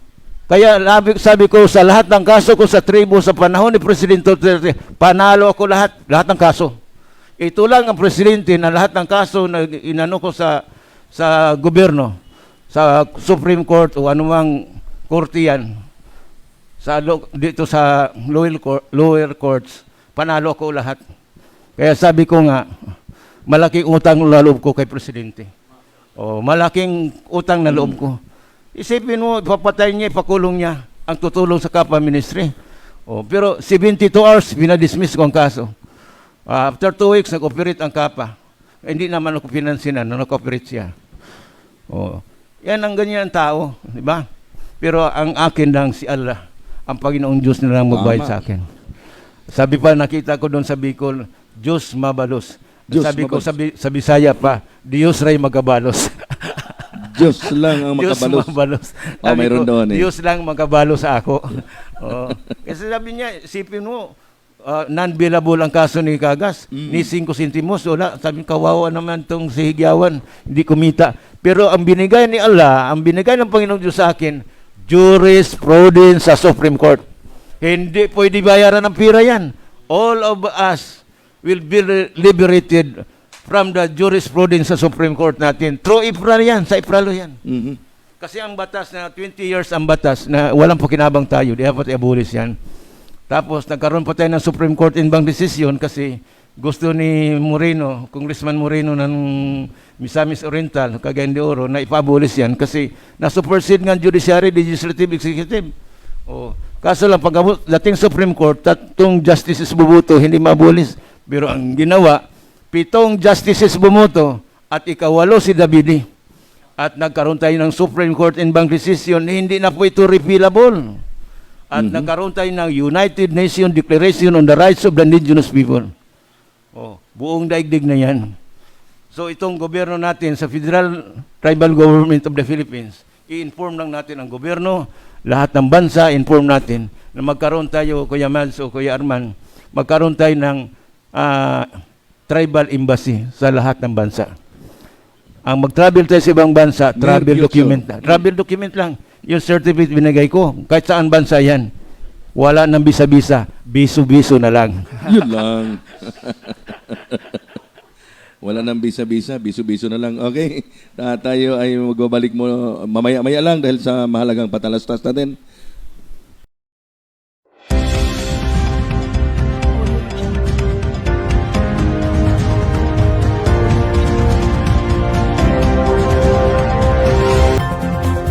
Okay.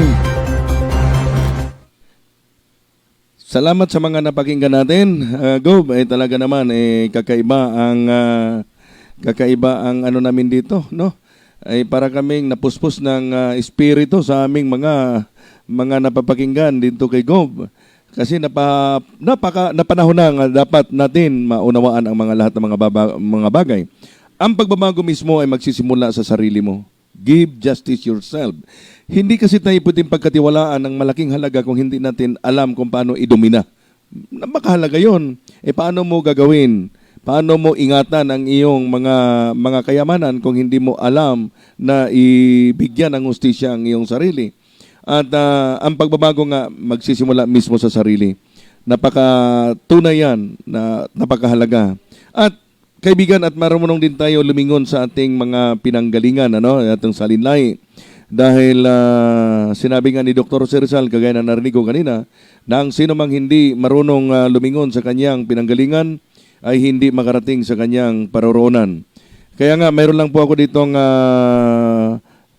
sasabihin sa inyo, lalo na dito sa Deuteronomio 32, verse 6. So, hindi tayo pwedeng magiging mangmang. Hindi exempted dito ang mangmang.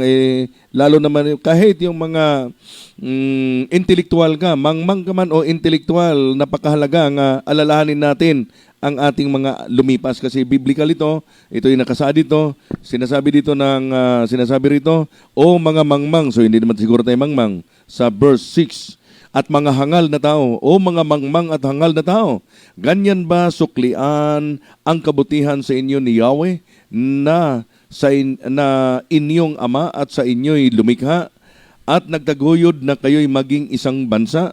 So ito'y paalala sa atin. Sinabi dito sa verse 7, alalahanin ninyo ang mga lumipas na panahon, ang mga salinlahi ng mga nagdaang taon. Tanungin ninyo ang inyong ama at kanilang sasabihin, pati ang mga matatanda at kanilang sasaysayin. Nang ipamahagi ng kataas-taasang Diyos ang ipapamanang lupain, nang ang mga bansay kanyang hati-hatiin, mga hangganan nito'y kanyang itinakda ayon sa dami ng mga anak niya.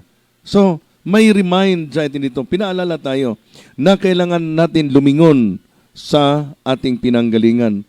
Tanong ko nga sa inyo, paano ba nagiging bayani si Dr. Jose Rizal? Dahil hindi armadong pakikibaka ang ginagawa ni Rizal. Magkaiba sila si Bonifacio Tabak ang panahon ni Andres Bonifacio, ipinaglaban din tayo. Ngunit sa panahon ni Dr. Jose Rizal, 2 libro lang ang kanyang pinasabog sa Europa. Yung kanyang Il Filibusterismo, No Limitangere, at sinabi rin ni Dr. Jose Rizal na ang bayan ito yung lupain ng Eden. Minamahal kong Eden. Mababasa ninyo yan sa Il Pili. Kaya yung sa last farewell niya, yung huling pangungusap niya nung bago siya barilin, nag-iwan siya ng mensahe. Identified tayo nga tayo po ay isang lugar ng Eden.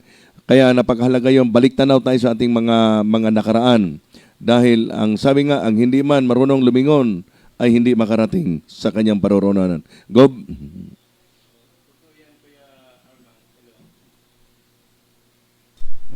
Hello.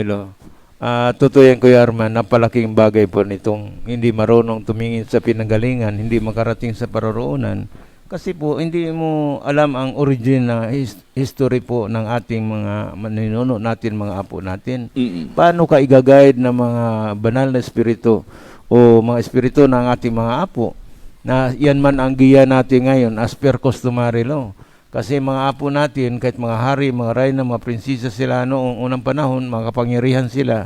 Pero ang batas nila, customary law, Kuya Arman.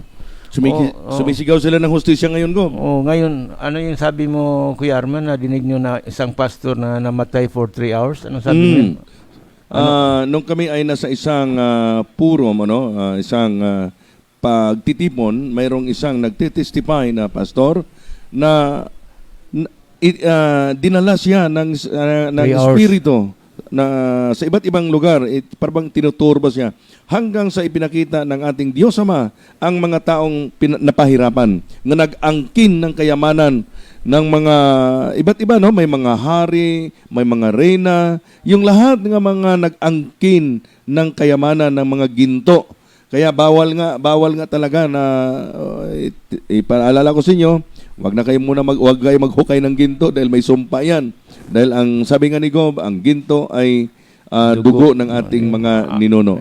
Pinakita sa kanya, sa isang pastor, dahil 3 hours siyang nalagutan ng hininga at nung akma na lang na siya ay yung sa purinarya, Gob, ay mabuti hindi pa nabuksan yung kanyang tiyan, ay yung bitukan niya na bumalik ang kaniyang kamalayan. Na ikwento niya ang kaniyang karanasan sa loob ng 3 oras na nawalang ulirat siya nung panahon na yon. Sino daw ang makabigay ng hustisya? Oo, ang makapagbigay ng hustisya, ang mga tao. Buhay. Tayo ngayon ang pwedeng may kakayanang magbigay ng hustisya sa mga namayapa nating mga ninuno. Yung mga kaluluwa ngayon, sumisigaw sila ng hustisya. Tayong mga buhay pa ang mayroong binigyan ng pagkakataon na mabigyan sila ng justice na ginawa sa kanila nung panahon na yon. Lahat ng mga nagkakamal ng ginto, kasi ang ginto kasi ay napakasagrado yan. Gob, ang sagrado, napakasagrado ang ginto. Kaya salamat, Kuya Arman, nabuksan natin yan kasi noon ko pa sinasabi na ang nangailangan ng hustisya hindi lang tao, hayop, espiritu, mga kaluluwa, kahit yung nag-rapture pa sila noong unang panahon na hindi sila namatay, na sabi nga ng mga apo na kailangan nila ng hustisya bago makabalik dito sa daigdig nito. Iyon ang sinabi ng mga apo, na kahit mga kaluluwa, kahit yung mga hindi namatay ng mga apo, hindi sila makabalik dito sa bansa natin o sa daigdig nito na wala silang hustisya. Lalo na yung nag-angkin ng mga kayamanan, mga ginto, kayamanan, ng mga hari, mga reyna, mga prinsesa. Nakabartuli na sila ngayon, humihingi sila ng hustisya. Dahil yung pinakailaman nila na kayamanan natin, ngayon, wala na sa buong daigdig. Kaya wala na tayong gold backup, wala nang, ang pera natin, wala nang halaga. Kasi nagkaroon tayo ng global reset 2016, 2015, 2016. Kaya ang pera natin ngayon, ang tawag niyan, na treasury notes or promissory notes na lang. Kaya grabe ang gulo ngayon kasi ang kayamanan natin, kinuha na ng Panginoong Diyos, kinuha na ni Allah, dinagay na dito sa humanitarian. Itong humanitarian project natin is secured by IPRALO. So legal na po. After 1 year, 1 month or 1 day, ang pera mo times 2, times 3, depende yan sa pinasok mo na pera. Kaya lahat po, mga kapatid natin, mga magulang, ngayon maging kalmante po kayo tayo. Kung may mga problema man tayo sa pera, huwag niyong problemahin. Kahit magbayad ka, hindi ka magbayad, kahit bumili ka, hindi ka makabili, huwag niyong problemahin. Kasi ang pera natin wala nang halaga. So, pagbalik ngayon itong sa humanitarian project natin all over the country, maunang i-develop natin ang bansa natin. But we give justice ourselves. Na makilala natin na ang hustisya na sa atin na ang Panginoon nandiyan na sa atin, nandiyan na rin si Allah, na siya nang magpatakbo sa buhay natin para itong kayamanan natin, huwag tayong maging irresponsable. Kasi sa bangko ngayon ng Federal Reserve Bank, Federal Reserve System, ang pira na umiikot sa buong daigdig, 1/4 lang. In 3/4, hindi gumagalaw. Whereas sa humanitarian, lahat ng kayamanan natin, dadaan sa humanitarian project po. Kasi ang 28 provinces, Luzon, Visayas, Mindanao, ginarantiya ni President Marcos sa World Bank. Sa kondisyon na ngayon, kung magkaroon tayo ng development sa Anciestralan, ang funding sa World Bank, diretso yan sa humanitarian project. Kaya lahat ng mga projects natin, may presentation natin, i-present natin sa bangko. mag-present natin sa bangko bago releasean ng humanitarian project. Kasi after 1 year, 1 day, pati bangko, kasama natin magbigay ng certificate of origin na yung pera niya, pinasok niya sa humanitarian project. Kahit sa sugal pa yan, kung saan mabansa yan. Then kung yung pera niya after 1 year, times 2, times 3, ang pera niya, wala ng amla. Tapos, pwede na niya invest sa ibang bansa. Pero kung invest pa rin niya dito sa Pilipinas, free tax from 5 years yung pera niya. Free tax. So, halimbawa, nag-invest ang ibang bansa ng $10 billion. So, after 1 year niyan, na ginamit sa humanitarian project, maging $20 billion yan. Ngayon, kung gusto niya invest dito, So, parang doble. doble, maging $20 billion. Okay. Tapos, kung invest niya dito, wala nang amla. Kasi may certificate of origin tayo, pirmado natin, at pirmado rin ng bangko. Kung saan nila pinasok yung bangko niyan, yung servicing bank nila. At saka, walang servicing bank na bayaran yan. Basta humanitarian ang pasok dito. Hindi gaya ng mga pira ngayon na pumasok dito, kailangan ng bangko ng servicing bank. Service fee. Pero pagka humanitarian po, ang humanitarian na magbayad sa bangko, hindi yung may-ari ng pera po. Kasi gagamitin na yung pera sa humanitarian project. Then after 1 year, times 2, times 3 ang pera niya. Depende sa project na pinasukan. Depende sa project na... Humanitarian. Okay. So, Ngayon po mga kapatid, una po ang bansa natin. Kasi lahat ng bansa po, wala ng gold backup.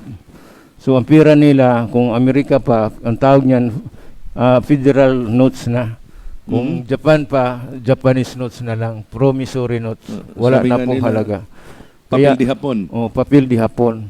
Kaya huwag kayong maniwala na may mga investor dito na papasok na inegosyo. Wala pong trading ngayon. Huwag kayong maniwala na may trading ngayon. Walang trading po. Walang trading. After 1 year pa, kung papasok ang pera dito, saka karoon mag-trading. Kasi lahat ng pera ngayon, walang halaga na hindi papasok sa humanitarian project po. All over the country. So kailangan ang lahat ng mga ang pera through humanitarian na ngayon ang project po. Project mga project. So sa pagsimula ng mga malawakang mega project natin dito, Gob, sino ba ang mga gagawa ng mga yung mga sa mga kalsada, mga lahat na mga ito ba yung mangyayari na ang ibang bansa yung nakalagay doon sa Isaiah Book of Isaiah na ang mga dayuhan na naman ang maghahanap ng trabaho dito sa ating bansa? Opo, kasi ang project po natin sa humanitarian, turnkey. Okay. Pagkatapos mo magawa yung housing, o mga highway dyan, saka sila bayaran. At saka gamitin muna nila ang pera nila sa humanitarian. Okay. Kasi humanitarian project yan. Kaya ang mga main contractor nito, mga foreign countries. Foreign country na. Pero yung bayad sa kanila, after 1 year, nakaready na po. Mayroon na tayong nakaready sa Land Bank, may nakaready na sa PNB. Itong humanitarian funds na pinasok ngayon sa mga government bank. So, mayroon na tayong... Mangyayari ba, Gob, na pagdating ng araw, ito yung tinatawag na... yung maharlikan dollars na ang iiral dito o quintal money nga sinasabi, mangyari na ba talaga yan nga ang pagbalik muli ng ating bayan sa pagiging kaharian at ito yung at ang batas na iiral, ito na yung mga customary law na totoo yan, Kuya Arman, kasi kung ang $1 ngayon 50 pesos, mabaliktad na po yan. Okay. Ang piso natin na $50 na. $50 na. Ang piso natin. 1 piso, $50 na. So, ang $50 natin, i-times natin yan sa piso yung normal ngayon. So, ganun ang halaga. Mabaliktad. Babaliktad na. Babaliktad ang... $50 na ang pera natin. Kung halimbawa sa London, ang pera nila, ang 1 dinar nila o 1 pound nila, 160. Ang pound natin, ang dollar natin, maging 160. Times doon sa pera nila. Okay. Laging ganun. Sa US dollars, kung times 50. Kasulok ko yan, times 50 tayo ngayon. Pero yung $50 natin, times $50 yan sa halaga nila. Okay. Kaya lalago na lalago ang bansa natin. Mhm. Nasa banking system, sa international banking system o Basel V Okay. international banking system. Maliwanag. Maliwanag po yan. Doon ang pag-usapan yan sa mga banker natin. Sa mga bankers yan, Oo. mga trabaho ng mga bankero yan. Opo, At opo. ako ay naniniwala na iiral dito yung dahil ang bayang ito, sabi ko sa inyo kanina, magbihis muli ito, babalik tayo sa isang pagiging kaharian, monarkiya, federal ang ilalim nito, at ito na pa yung customary law na kasama na rin yang yun na yung masusunod na mga batas under ng ating monarkiyang government. Oo. So mahalaga po na unti-unti natin yan ihahayag sa inyo. Inihayag lang namin yan kapag nasa pagmi-meeting tayo. No? Kaya lang limitado lang tayo dito sa studio dahil may mga bagay nga hindi namin pwedeng isisiwalat. So ang aming pagsisikap dito ni Gob ay upang mabigyan kayo ng mga karagdagan, karampatang mga informations. Kaya wala kaming sawa na magbigay sa inyo ng nourishment, no? Para po mapalago natin, lalong yumayabong ang ating kaalaman, lalo na about customary law na ito pala ay umiiral na ito noon pa man, since time immemorial pa. Ang mga kaharian natin nung araw, customary law din ang umiiral ayon sa sinasabi ni Gob. At mayroon din akong pagre-research na yan at ito yung panahon na yon na mga panahon pa ni Genghis Khan, sa panahon pa ng Ming Dynasty, ay customary law na rin pala ang ginagamit nila. At sa ating kapanahonan ngayon, huwat-huwat lang sa Bisaya pa, antay-antay lang at ito'y magaganap na. At ito nga ginagawa namin, pauna lang ito na kami ay nagkandak ng mga mahalagang kaalaman, informations muna, disseminations, para hindi tayo magiging mangmang. Lalo na sinasabi dito ng Bible na huwag tayong magiging mangmang. Napahamak ang aking bayan nang dahil na rin sa kamangmangan. So, payag ba kayo niyan? Kuya So, Arman, magiging- banggitin mo rin yan, bakit ang Malacanang tinawag na Malacanang? Sinong Ang Malacanang ay ayon dito sa ating nalalaman at mayroon tayong libro dyan na pinagbasihan nung panahon na yan, 1400, mayroon na talagang hari dyan nung pumalit kay King Bernardo, sapagkat si King Bernardo sa panahon niya ay 920 AD, matagal na panahon. Katunayan nga, ang mapa ng Pilipinas, iginumit niya sa balat ng kalabaw. Gusto ba niyo malaman kung saan naroon ngayon? Panahon na yan, yung Maharlika, nung unang kaharian yan ni King Bernardo. Pumalit naman uli si King Jamalul Muhammad Kiram, yung real, yung original. Yun, yung Malacanang, Lamayan District pa nung araw dyan. Ang pangalan yan, Gob. At nabura lang ang ating mga kasaysayan ng mga historiador na hindi talaga nagsisiwalat sila ng totoong kasaysayan ng ating bayan. Nakakalungkot. Pero sa pagsisikap at sa tulong na rin ng mga elders at ito ay natukoy namin, na-decipher namin na ganito pala ang pagkasunod-sunod ng ating bayan. From Ophirians tayo, Maharlikan, Pilipinas, ngayon ay babalik muli tayo sa pagiging strong monarchy, Kingdom of Maharlika, the Great Lemurian Empire tayo pagdating ng araw. Gob? ngayon, kaya mahalaga yan tinanong ko Kuya Arman, yung Malacanang, napakalaking bagay po ng mga ancestors natin na history. Para Historian. yung hindi lang tayo na nagsasalita ngayon ng custom and tradition na wala tayong pinagbabasihan. Kaya nga, yung panggobyerno ng mga hari noong unang panahon, yun customary law. Customary So, na rin ang iniral nila. Inikilala ngayon ng IPRALO o Republic Act 8371 ang custom and traditions. So, yan pinagbasihan natin, nakikilala na ng konstitusyon natin, Chapter 12, Section 5, ang custom and tradition natin na panggobyerno ng Panginoong Diyos na binigay sa mga katutubong paniniwala na practice since time immemorial. Kaya bakit sabihin natin na sa katutubo, ang katutubo kasi, although walang pinag-aralan yan, pero practice na ang panggobyerno ng Panginoong Diyos sa unang panahon, na kaya itong custom and tradition po na ginawa po ng ating mga hari unang panahon mga makapangyarihan na tao. So salamat dyan, Kuya Arman, dahil Yes. sa panahon ngayon, ang mahabang pag-unawa po, pero ini-encourage ko po kayo Mm. na mag-attend kayo ng seminar sa IPRALO na paano natin maintindihan yung na magkaroon tayo ng hustisya. Sabi ko nga, Mabuhay natin muli. Mm. Mga custom and traditions natin. IPTRO, ito yung seminar natin. Ginagawa ko. IPRALO will give justice to humanity. Hindi lang sa bansa natin, kundi sa buong universo. Yan, pag-isip-isipan na natin. Ito na ang kalooban ng Ama natin, Diyos sa makapangyarihan sa simula't katapusan. Ito na ang gusto ni Divine Master sa atin, Yes. na matuto tayo kumilala sa ating sarili, na makilala natin ang totoong Diyos natin. Ito na ang sabi ni Master Hilario, Dr. Hilario Moncado, na pangako ng God bali, ng Panginoon. Kaya sunod-sunod yan. Kahit kay Master Ruben Icleo Sr., ganun pa rin yan. Ngayon kay Grandmaster, ngayon din kay Master Ruben Icleo the First, tuloy-tuloy po yan na pangako.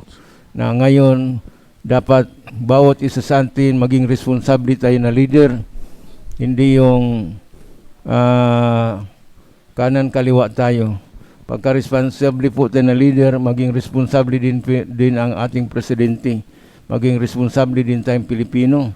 Na sa ganon, itong sumpa, sakit, problema, pandemic, or mga kalamidad, mawala na po ito. Kaya nagkaroon tayo ng klase-klaseng kalamidad dahil sinalungat natin ang customary law o batas ng inang kalikasan. Kaya po mga kapatid, sa panahon ngayon, mga magulang, lahat ng Pilipino, na maintindihan nyo ang sarili nyo. Pagka naintindihan nyo ang sarili nyo, sabi nga, believe yourself and believe your God. You don't believe yourself, you don't believe your God.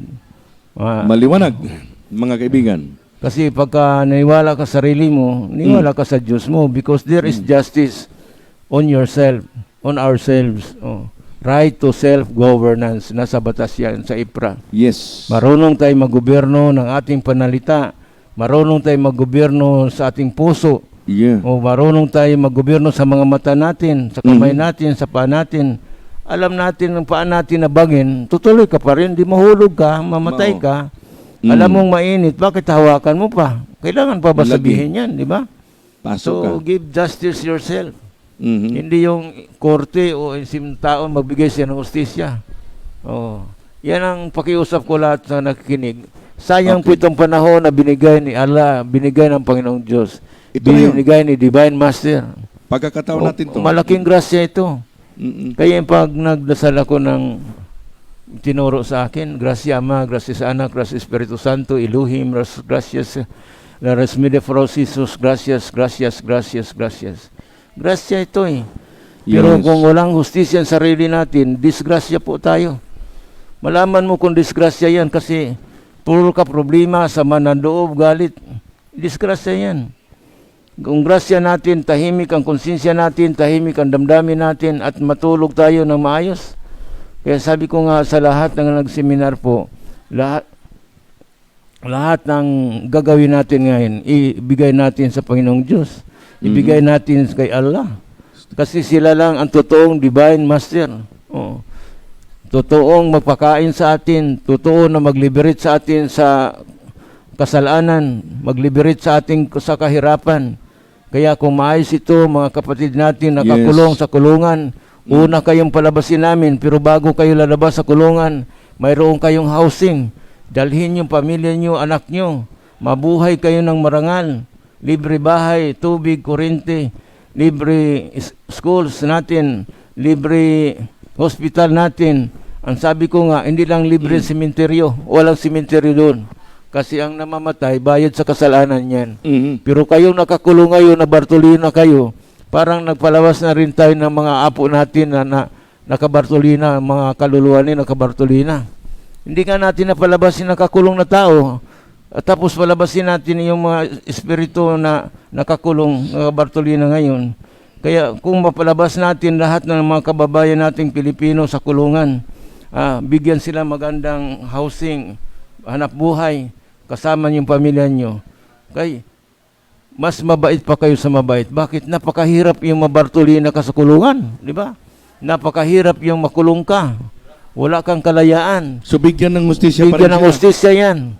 At kasama niyo yung pamilya nyo. Dadalhin kayo. Ganun. Pero bago kayo lalabas, isiseminar ko kayo. Isiseminar ko kayo. Tapos ready na kayo paglabas. Dahil IPRA law will give justice sa inyo. Isipin sa Gobernador Cagas, murderer yan, mastermind sa murder at saka droga pa. Bakit napalabas? Kayo pang nakakulungin, hindi kayo lalabas? Ayan, tandaan nyo. Doon din sa Kapa Ministry, sinabi ko sa inyo na yung mga tribo, more than 400,000 ka tribo, na ibalik nyo ang pera. Pero hindi nyo binalik ang pera. Pero ngayon, pagdating nitong humanitarian funds, mga kapatid natin na Kapa Ministry, sinasabi ko sa iyo, ibabalik ang pera nyo, pero ipakita nyo mga resibo sa akin. Pero wala nang interes, ha? Yung kapital lang nyo, ibabalik ko through humanitarian. Kasi kawawa naman din kayo. Di ba? Ibalik yung pera ninyo. Kaya sa lahat ng Kapa Ministry, international member, lahat ng resibo ng pera nyo, yung donation certificate nyo, itago nyo. Xerox lang kailangan ko. Ipakita nila at parang i-refund ulit. I-refund ibalik. no. Okay. Pero ang kapital lang, hindi yung interest. No? Okay. Ang importante, malaman nyo na ang humanitarian natin, secured by IPRA, totoo na humanitarian. Huwag kayo maniwala nung bang humanitarian dyan, ninegosyo yung pera. Kaya gumawa din kayo ng legal ng paraan. Ang pakiusap ko, sama-sama tayo, lalo na sa member sa Kapa Ministry, more than 7 million. Dami. May mga asawa pa yan, anak, di ba? Kung sama-sama tayo, tandaan nyo, itago lang yung resibo nyo, ibabalik ko yung pera nyo through humanitarian funds. Noon ko pa Malaki sinabi pa. yun. Salamat po sa lahat din ng mga problema natin sa kalamidad o sakit o sabay-sabay na po. Kasi ang humanitarian funds natin, pwede gamitin yan sa mga kalamidad, mga bagyo o lindol o sakit. Yung mga mahirap natin, unahin natin mahirap natin na walang pambayad sa ospital. Ilipat natin sa humanitarian hospital natin. Every barangay, maglagay tayo ng hospital. Every barangay, maglagay tayo ng convenience store. Doon na kayo bibili ng kailangan nyo. Medisina, pagkain, doon na lahat sa convenience store. Every barangay. Ganda. Every barangay, mayroon tayong hospital na gagawin. Magsawa kayo sa ang medisina, libre na yan, humanitarian magbayad yan. Hindi yung Red Cross na humanitarian na pinapabayad ang gobyerno. Herbal na go ang ating mga gamot. Herbal o ano man, kung di ka madala sa mga medisina, sa herbal, kung di ka madala sa mga herbal at ano yung spiritual, di ba? Oo. Kasi may mga sakit sa spiritual. Correct. So lahat ng paraan gawin natin, mabuhay lang ang tao kasi ang buhay ng tao ginto sa kaharian ng Diyos. Tama. Ginto kay Allah.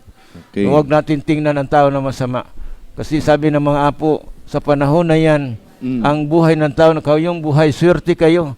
Kasi kaming mga wala na, namatay na, wala na kaming hustisya, malabo ng hustisya namin. Katulad sinabi Sila mo, Pastor, malabo ng hustisya nila. Pero tayo buhay sumisigaw daw sila ngayon, tayo ang makaligtas ng mga nangamatay na. Kahit santos-santas po sila. Kahit dinala pa sila sa ibang planeta, babalik sila, kailangan ng justice. Kaya napakalaking bagay po ito. Mahalin natin ang sarili natin na buhay pa tayo mga kapatid. Napaka-importante po itong mensahe nito. Sinisikap namin buong Pilipinas, buong daigdig through YouTube channel dito sa online TV sa CCN News. Filipinos Views Online TV. Kaya mga kasama, napakahalagang mensahe ito, no? Di ko makalimutan yun nga siya ay tinutur ng ating Panginoon at pinakita. Nakita mo ba yung lugar na yon? Na yon ay mga sumisigaw ng hustisya? Kaya nakakakilabot ang sapitin ng mga tao nga madatna ng kamatayan at hindi panabigyan sila ng hustisya. Sino ang makapagbigay kung hindi tayo ngayong mga buhay pa? Kaya kami ay sinisikap namin ito para mabigyan kayo ng mga kaalaman. At salamat sa pagtangkilik ninyo sa ating programa. At Andy Rivera, yes sir, see you soon. At ako ay papunta riyan. Hindi magtagal. At saka sa mga kasamahan natin dito nga nandito sa studio, sa ating director nga si Mads Pangulima, ay talaga bro, ay napakagandang pagkakataon, pribilehiyong binigay niyo sa amin. Salamat din Kuya Arman at sa itong advokasya natin ngayon nakalagay dito. Napaka-importante na magkaroon tayo ng clean and honest election. Yes. I-exercise natin ang constitutional rights natin to vote at indigenous rights to vote natin para magkaroon tayo ng divine intervention ni Allah, magkaroon tayo ng spirit ng Panginoong Diyos para ang boto natin siguradong panalo. Salamat po at magandang hapon sa lahat. Kaya po, ito po ang inyong lingkod na si Kuya Armand ay nagpaanyaya din sa inyo at araw ng Lunes, ganitong oras at ganun din araw ng Biyernes at mayroong katandim ko doon si Bro James at salamat sa inyong mga tagapanood at magandang hapon sa inyong lahat.